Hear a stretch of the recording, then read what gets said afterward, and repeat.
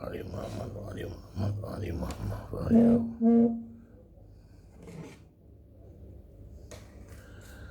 Assalamualaikum warahmatullahi wabarakatuh.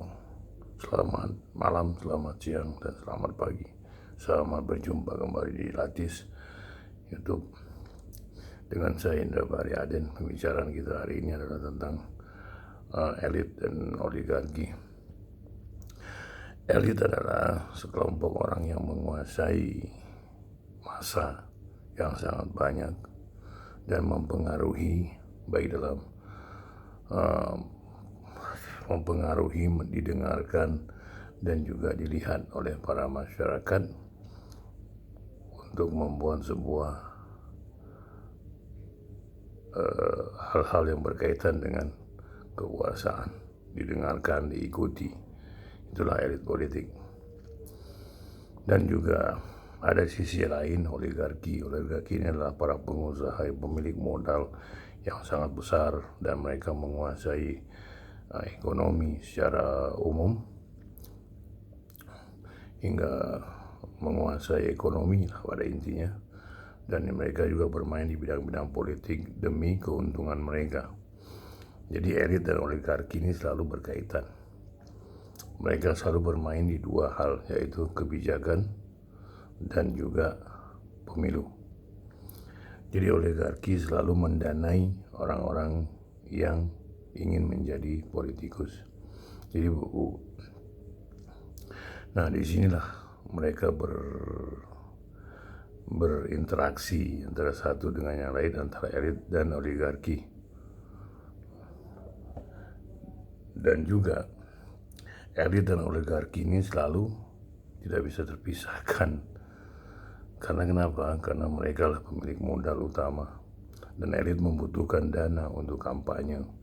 Demikian juga ketika pembuatan undang-undang, mereka sering bermain juga di DPR, di undang-undang tentang ketetapan-ketetapan ekonomi, ketetapan hukum, dan lain sebagainya. Jadi antara elit dan oligarki ini, mereka bagaikan karet yang disambung-sambung. Jadi bukan karet yang disambung-sambung, atau kalimatnya beginilah, antara oligarki dan elit ini adalah bagaikan perangko dan kertas surat, atau keyboard dan laptop, gitu, seperti itu intinya, saling berkaitan. Nah, jadi antara keduanya ini selalu berkaitan dalam sebuah permainan-permainan untuk memenangkan sebuah pemilu. Dan nanti ketika berkuasa, mereka memberikan kekuasaan, memberikan wilayah-wilayah ekonomi pada kelompok-kelompok ini. Jadi inilah yang terjadi, hingga dengan mudahnya mereka memain-mainkan ekonomi masyarakat, penguasaan lahan, penguasaan ekonomi, monopoli, dan segala macamnya. Nah, jadi elit membuat kebijakan atas permintaan dari oligarki. Jadi itu sangat-sangat luar biasa dalam permainan politik, dimanapun itu berada. Kita tidak bisa bohongi itu. Bahkan oligarki pun ada kaitannya dengan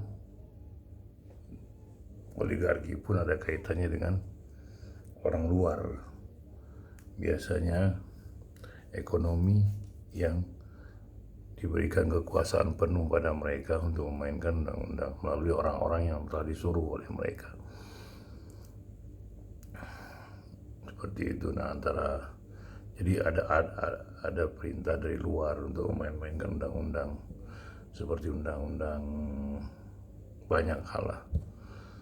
Jadi kita terkadang terjebak dalam permainan dua hal ini, antara elit dan oligarki, dan mereka bermain sangat sembunyi, sangat tak terlihat, sangat halus, sangat lembut, seperti itu. Nah, disinilah yang dimaksud dengan kekuatan. Akhirnya mereka bisa memainkan ring-ring yang mereka perlukan untuk membuat sebuah undang-undang. Nah, disinilah dipakailah para intelektual-intelektual yang memiliki kadar intelektualitas yang tinggi, yang bagus, yang memahami, yang tahu dan paham seperti itu. Nah, jadi akhirnya intelektual di tengah ini kosong, intelektual yang ada pada rakyat kosong. Kenapa? Karena itu tadi, mereka telah dibeli oleh para oligarki dan elit. Jadi dalam permainan-permainan inilah yang kadang-kadang kita tak terlihat karena sangat lembut, bahkan bisa dibilang konspirasi lah, kalau kita bisa katakan demikian, konspirasi, karena tersembunyi, rahasia, semut, sangat halus, dan lain sebagainya. Jadi begitulah permainan di tingkat nasional Indonesia Raya ini. Nah, contoh konkretnya gini, ketika mereka harus memiliki dana yang sangat besar untuk melakukan sebuah kampanye, maka mereka terpilih jadi seorang presiden. Nah, tapi mereka didukung oleh partai. Nah, disitulah permainannya, cantik sekali hingga tak terlihat bahwa oligarki membantu mereka. Karena apa? Karena mereka diberikan kepada partai. Seperti itu. Nah, partai ini pun dimainkan oleh mereka semua, elit dan oligarki. Karena partai itu pun sudah tak bisa berbuat apa-apa. Karena apa tadi? Ya itu tadi, permainan. Ada permainan di dalam semuanya. Hingga mereka main enak aja, memasang-masang calon. Masyarakat tidak dilibatkan sama sekali. Masyarakat hanya suruh memilih, ini calon lu. Setelah itu nggak boleh ngapa-ngapain lagi. Seperti itu. Karena itu tadi awamnya berpikir membuat kita tidak mengerti apa-apa, masyarakat, hingga apa yang terjadi, kita hanya jadi alat kepentingan mereka, seperti yang saya bahas yang sebelumnya itu. Nah, disinilah pengetahuan, ilmu dan pengetahuan itu diperlukan untuk bahan analisa melalui bacaan, berdiskusi dengan orang yang mengerti, menulis, seperti itu. Jadi biar kita memahami apa yang terjadi di sekeliling kita. Jadi begitulah yang terjadi, teman-teman. Nah, jadi oligarki dan elit ini selalu berkaitan, tidak pernah terlepas antara satu dengan yang lainnya. Selain itu juga mereka harus menguasai pembuat keputusan. Siapa itu? Legislatif, DPR, menetapkan undang-undang, pemerintah mengajukan undang-undang, DPR mengetuk palu. Jadi semua sudah dalam bentuk aksi yang sangat rapi, kalau ada pengaturan-pengaturan di bagian-bagian tertentu, hingga mereka tinggal melaksanakan program apa yang mereka inginkan. Seperti itu yang terjadi. Nah, ini salah satunya adalah Yusuf Kala. Yusuf Kala itu ya besar karena dia bermain di elit dan dia dapat proyek, dan proyek itu dilaksanakan oleh dia, dan sama perusahaan dia, nggak, keuntungannya berlipat ganda. Seperti itu. Jadi inilah merupakan sebuah hal yang sangat-sangat sedih memang. Tapi mau bilang apa lagi, udah terjadi. Nah, kita bagaimana membuat ini jangan terjadi lagi. Walaupun ideal kita ya, idealnya ya kita harus ya coba aja gitu loh, mencoba menguraikan apa yang terjadi di elit dan oligarki ini. Karena segala masyarakat awam itu sudah disibukkan. Karena apa? Mereka disengaja untuk ditutup jaringan ekonomi mereka. Karena apa? Ya itu tadi, mereka yang dulunya pengusaha tetap jadi pengusaha hingga saat ini, dan mereka menguasai secara penuh. Seperti itu. Ya bisa dikatakan monopoli lah. seperti itu. Walaupun ada yang di-cut, tapi tetap aja usaha itu tetap berjalan dan untungnya sangat luar biasa. Disitulah teman-teman, makanya mereka bisa jadi menteri atau bisa jadi wakil presiden karena itu tadi, mereka punya cuan yang sangat besar. Mereka berani bergen karena mereka punya modal, sementara elit hanya modal popularitas, ya seperti itu. Tapi sayang, elit tidak kreatif, membuat ya jadi begini bangsa ini, dan kita seolah-olah negara yang ingin dimajukan.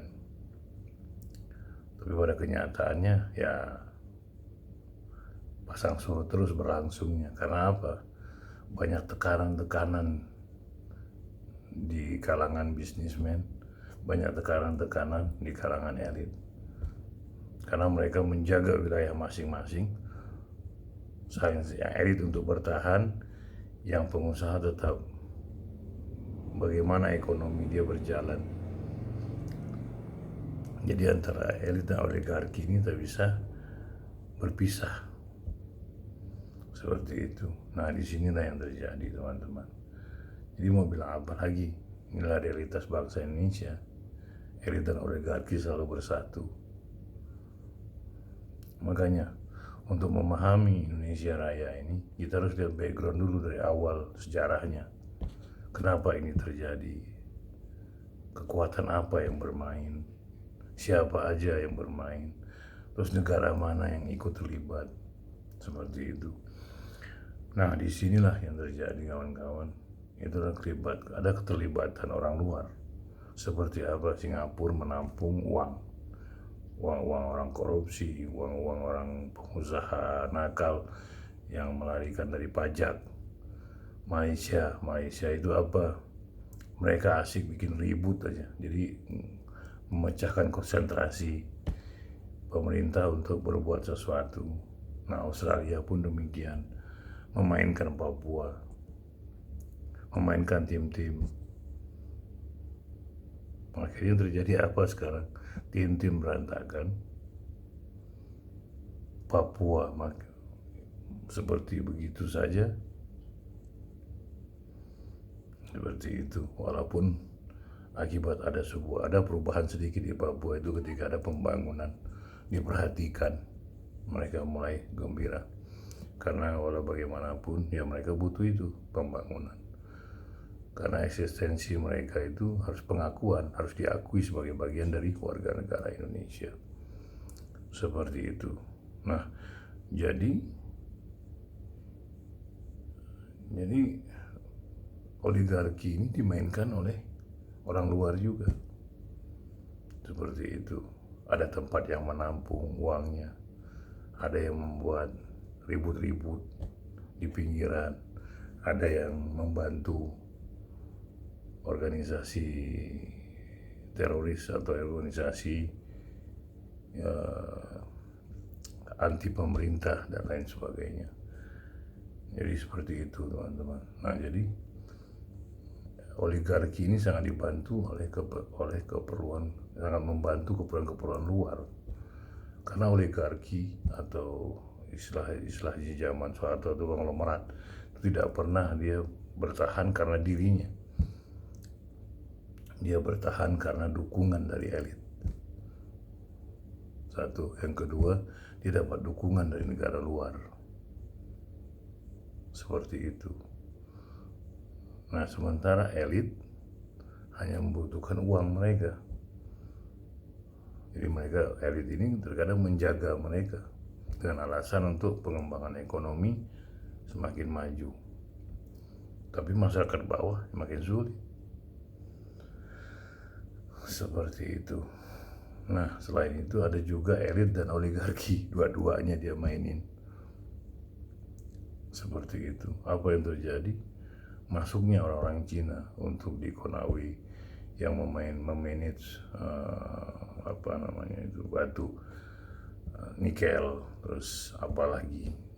Sementara kebutuhan negara juga pada masyarakat juga butuh kerja. Seperti itu. Nah, jadi hal seperti itu yang merubuhkan negara ini.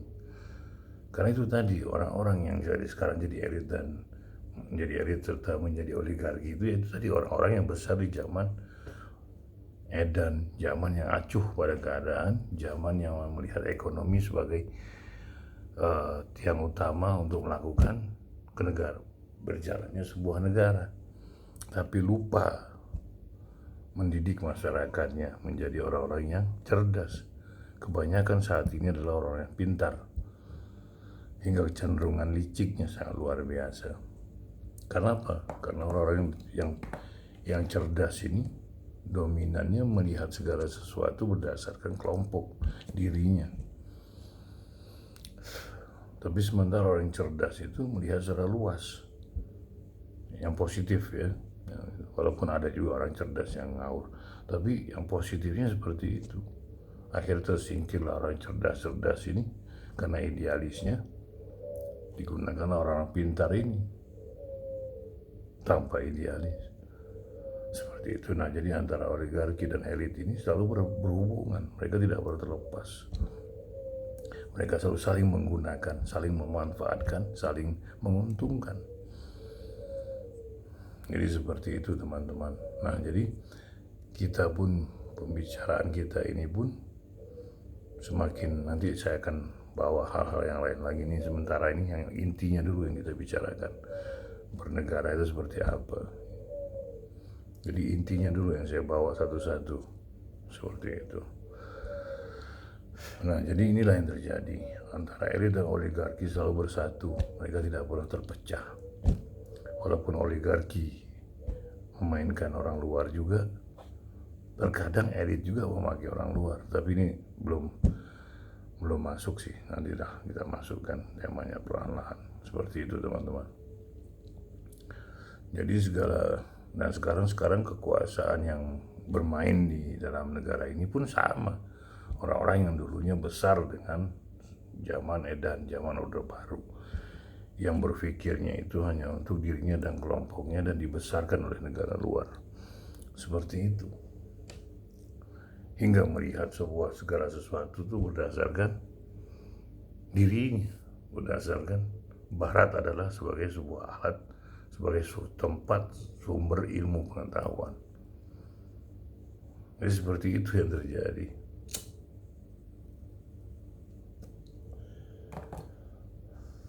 Ya, jadi itulah yang terjadi teman-teman.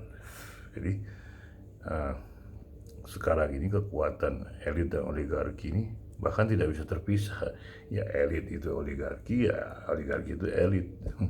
Udah masuk dalam, lebih sadis lagi, udah masuk ke dalam internal pemerintahan elit terjadi di bangsa ini. Nah, inilah teman-teman, makanya saya beberapa kali membicara tentang hal-hal dari awal sampai saat ini itu perlahan-lahan biar teman-teman memahami secara gradual, bukan secara gradual tapi secara sistematis. Jadi bahwa penguasaan terhadap kekuasaan politik di Indonesia ini selalu bermain dua hal itu, yaitu elit dan oligarki. Baru bawah-bawahnya yang saya bicarakan sebelumnya. Seperti itu. Di sinilah yang membuat kita limbungnya kenapa? Karena itu tadi. Orang ketika mereka dekat dengan kekuasaan, mereka cenderung bagaimana berpikiran tentang diri mereka, bagaimana mereka berpikir tentang kelompok mereka, bagaimana tentang keluarga mereka, kerabat mereka, dan lain sebagainya. Lalu masyarakat terima aja, sudah hukumnya begitu seperti itu. Nah, elit pun terlihat sekarang mulai ini terbuka perlahan-lahan. Elit pun hanya melihat bahwa sampai akhir jabatan mereka pun ingin mengatakan bahwa saya yang terbaik dari semua yang baik. Seperti itu. Nah, jadi bagaimana cara itu bisa bertahan? Itu tadi. Mereka terus membuat infrastruktur, membuat ini, membuat itu, tanpa perhitungan, tanpa ada kejelasan fungsinya. Seperti itu. Walaupun banyak orang yang membackup suara bahwa saya mengakui memang pemerintahan tadi sangat bagus sekali, sangat ofensif dalam membangun, sangat ofensif dalam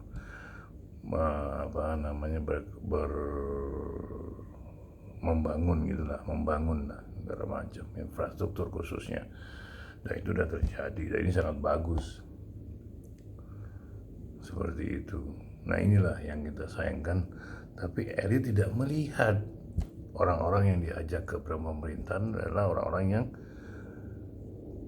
memiliki kemampuan apa tidak. Nah, tapi di sisi lain dia butuh dukungan, backup untuk apa? Pertama untuk memecah musuh-musuh mereka, yang kedua untuk membackup ke pemerintahan mereka, yang ketiga mengurangi orang-orang yang bergerak menentang lewat grassroots, lewat bawah, lewat akar rumput seperti itu. Nah inilah yang terjadi hingga mereka pun dimasukkan dalam elit untuk memotong seperti itu. Nah tapi apa yang terjadi selanjutnya, yaitu tadi kebingungan, karena itu tadi konsep terlalu banyak tapi pelaksanaannya ya bisa menilai sendiri ya masyarakat semua. Jadi kayak gitulah kawan-kawan. Nah jadi antara elit dan oligarki ini sangat kuat dalam pemerintahan hingga saat ini, dan mereka terus memainkan itu sebagai bagian dari, bahkan udah dijadikan klub ya, udah dijadikan jaringan dan networking. Itulah yang terjadi. Walau bagaimanapun antara elit dan oligarki ini tetap ada sampai saat ini. Karena itu tadi, nah bahkan kecenderungan permainan antara elit dan oligarki ini bisa kita katakan konspirasi. Karena apa tadi? Tidak berbentuk, tidak ada kenyataannya, tidak ada bukti. Karena itu tadi, susah dilacak. Main sangat bermain sangat lembut. Kecuali orang-orang yang pemain baru, yaitu pasti dapat dalam jangka waktu tertentu. Seperti itu teman-teman. Makanya jadi bahkan pun elit pun saat ini tidak berpikir tentang siapa mereka, tidak pernah berpikir tentang apa mereka, fungsi mereka. Yang mereka pikirkan adalah bagaimana mereka tetap di atas, bagaimana mereka tetap menjadi pencetus keberadaan seorang presiden, pendukung pemerintahan, dan popularitas.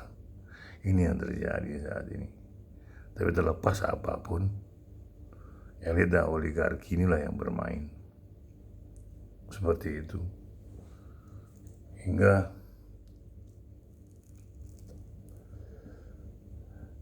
sangat-sangat tidak nyaman sudah di Indonesia Raya ini. Seperti itu tadi, masyarakat sudah mulai hanya diberikan realitas yang memang dibutuhkan sejak dulu kala, yaitu apa? Pembangunan seperti itu, irigasi, jalan raya, kereta api, MRT, LRT, busway, dan lain sebagainya, perbaikan jalan dan sebagainya. Nah, tapi pada kenyataan yang lainnya, ya masyarakat hanya sebagai robot. Kenapa bagaimana robot? Ya itu tadi, ketika pemilu mereka hanya sebagai penusuk, pemilih, tidak diberikan kekuasaan apa-apa selain wajib menusuk. Seperti itu, wajib menusuk yang dicalonkan dengan bangganya partai. Tapi sementara ini mereka tidak, masyarakat hanya didorong, seperti domba atau kambing atau lembu yang diajak masuk ke kandang. Seperti itu yang terjadi, karena proses penyadaran masyarakat itu tidak pernah ada. Elit pun selalu berpikir tentang ekonomi, selalu berpikir tentang kemakmuran. Tapi Yang membuat kemakmuran itu tidak pernah diperhatikan. Siapa mereka? Masyarakat, rakyat. Dalam bidang apa? Pendidikan. Dalam bidang apa? Cara berpikir. Karena di undang-undang dikatakan mencerdaskan kehidupan bangsa, bukan membangun negara, tapi mencerdaskan kehidupan bangsa. Undang-undang seperti itu, teman-teman. Ini yang dilupakan karena mereka sibuk dengan urusan mereka masing-masing hingga lupa dengan mencerdaskan kehidupan bangsa. Mencerdaskan itu apa? Itu tadi, kecerdasan berpikir, kreativitas dalam pembangunan ekonomi, pembangunan politik, masyarakatnya memahami, mengetahui, mengerti tentang sesuatu hal dengan pasti. Seperti itu. Tapi ya itu tadi, elit sudah hampir melupakan. Karena apa? Mereka mengejar masa lalu ini, yaitu apa? Karena masyarakat senang dengan apa yang disebut dengan pembangunan. Karena masyarakat ini sudah berharap bertahun-tahun tapi tidak ada pembangunan apapun. Tapi pas diberikan sekali jeger, masyarakat senang. Jadi istilahnya apa? Pemuasan emosional, pemuasan dahaga terhadap pembangunan. Hingga masyarakat pun jadi asik. Seperti itu. Jadi realitasnya itu yang diberikan. Tapi untuk diri dan anak-anak mereka terlupakan. Apa? Dicerdaskan oleh bangsa dan negara. Karena itu tadi, elit dan oligarki selalu sibuk dengan hubungan mereka. Sibuk membuat undang-undang, sibuk membuat ini, sibuk membuat itu. Tapi dilaksanakan tidak. Yang dilaksanakan cuma dua. Apa? Pembangunan infrastruktur. Yang kedua, pembangunan militer. Ini yang sedang digalakkan oleh pemerintah. Bagaimana dengan pendidikan? Nggak ada, kurang. Seperti itu. Kurang. Karena ketakutan dengan COVID-19.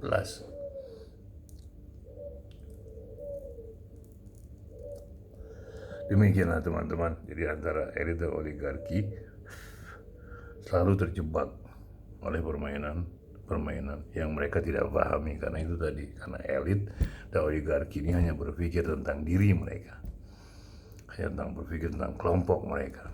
Masyarakat diberikan kedahagaan atau hausnya hanya dengan yang diharapkan sejak masa lalu, yaitu apa? Pembangunan infrastruktur, hingga masyarakat asik, hingga masyarakat semacam kayak apa, ekstasi emosional, ekstasi alam pikir, ekstasi kebahagiaan. Karena yang selama ini tidak pernah mereka lihat, terlihat sekarang semuanya. Ya karena itu tadi, elit ini paham kebutuhan masyarakat itu apa. Oligarki juga paham pembangunan ini sangat menguntungkan dia. Dalam hal apa? Pembangunan jalan, tol, infrastruktur, irigasi, pembangunan di daerah-daerah, segala macam. Seperti itu. Nah, disinilah realitasnya itu melupakan identitas, melupakan kesepakatan bersama, yaitu apa? Mencerdaskan kehidupan bangsa. Seperti itu. Inilah kita dinikmati oleh apa? Ya dinikmati oleh kebutuhan kita yang selama ini memang tidak ada. Mereka dipenuhi oleh mereka. Seperti itu. Hingga terasihkan kita, kaget-kaget kita. Ini realitasnya, realitas dari sebuah pemerintahan seperti itu.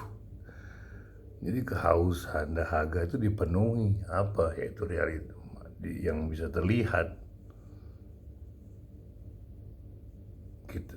Jadi semacam apa namanya, ekstasi lah, menikmati apa yang ada, itu bagus. Tapi melupakan sebuah hal, yaitu pendidikan, ini membahayakan sekali, sangat-sangat membahayakan. Kita ingin dianggap negara maju, kita ingin dianggap negara yang hebat, tapi kita lupa memberikan yang terbaik pada masyarakatnya, yaitu apa? Mencerdaskan. Elit sibuk dengan diri mereka, oligarki sibuk dengan bisnis mereka, partai asik mencari siapa yang bisa dijual ke masyarakat, dan partai pun seolah adalah bagian dari negara ini yang mengatur masyarakat untuk memilih siapa yang harus dicalonkan dan siapa yang tidak. Sangat luar biasa sekali. Kita pun terikut dalam hembusan angin itu. Inilah realitasnya, teman-teman semua. Inilah kenyataannya.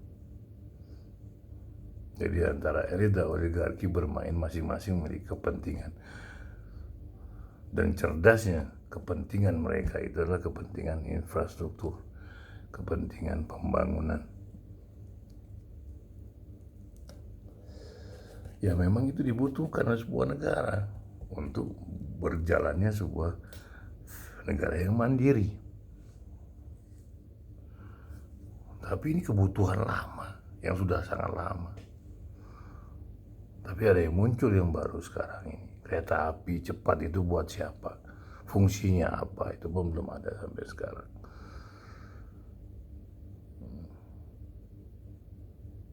Jadi buat siapa? Buat apa kereta api cepat itu? Jadi ide-ide di masa lalu itu dilaksanakan di zaman ini. Hingga elit sekarang pun tidak ada yang rekreatif. Karena apa? Menyelesaikan semua masalah-masalah masa lalu. Itu nggak masalah bagi saya. Tapi jangan asik di situ. Bagaimana caranya biar anak-anak dapat sekolah kembali seperti normal? Itu yang kita pikirkan bersama. Cari cara. Bukan hanya bicara yang segala sesuatu yang mengawang, tapi melupakan yang di tanah. Itulah elit dan oligarki saat ini, hingga saling mendukung satu sama lain. Dan kita hanya menikmati, dan kita pun ekstasi sudah. Kita melupakan yang dipentingkan oleh negara ini, mencerdaskan kehidupan bangsa. Lewat apa? Pendidikan.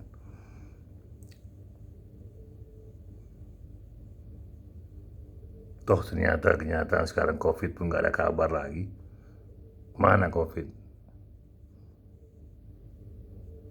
Tapi terlepas dari apapun sudahlah. Masyarakat lebih mendengarkan pemerintah. Tapi itu hak. Itu gak boleh kita bantah juga. Itu hak rakyat, hak masyarakat yang mendukung pemerintah secara umum. Demikianlah teman-teman semua. Jadi inilah yang kita sayangkan sekali, bahwa elit melupakan hal yang mendasar, yaitu apa? Pembangunan mental, spiritual, kecerdasan berpikir lewat mana? Pendidikan. Karena itu tadi, elit asik dengan apa yang dari dulu diharapkan masyarakat, hingga sibuk dengan pembuatan seperti itu, tapi melupakan pengajaran. Dan menteri pun tidak pernah nggak pernah ngomong apapun tentang ini. Harusnya menteri mencari cara bagaimana biar anak-anak dapat sekolah. menteri-menteri berpikiran juga bagaimana dapat sekolah. Menhan bukan berpikir tentang militer aja, karena Menhan itu adalah Menteri Pertahanan yang mempertahankan keutuhan bangsa ini. Jadi mereka berpikir segala hal sipil dan militer itu di tangan Menhan. Nah, harusnya Menhan bantu Menteri Pendidikan untuk mencari jalan keluar, dan Menteri Pendidikan pun harus aktif untuk bergerak mencari caranya biar masyarakat bisa sekolah kembali, karena ini membuat masyarakat makin individual dan ini tidak disadari oleh kita bersama.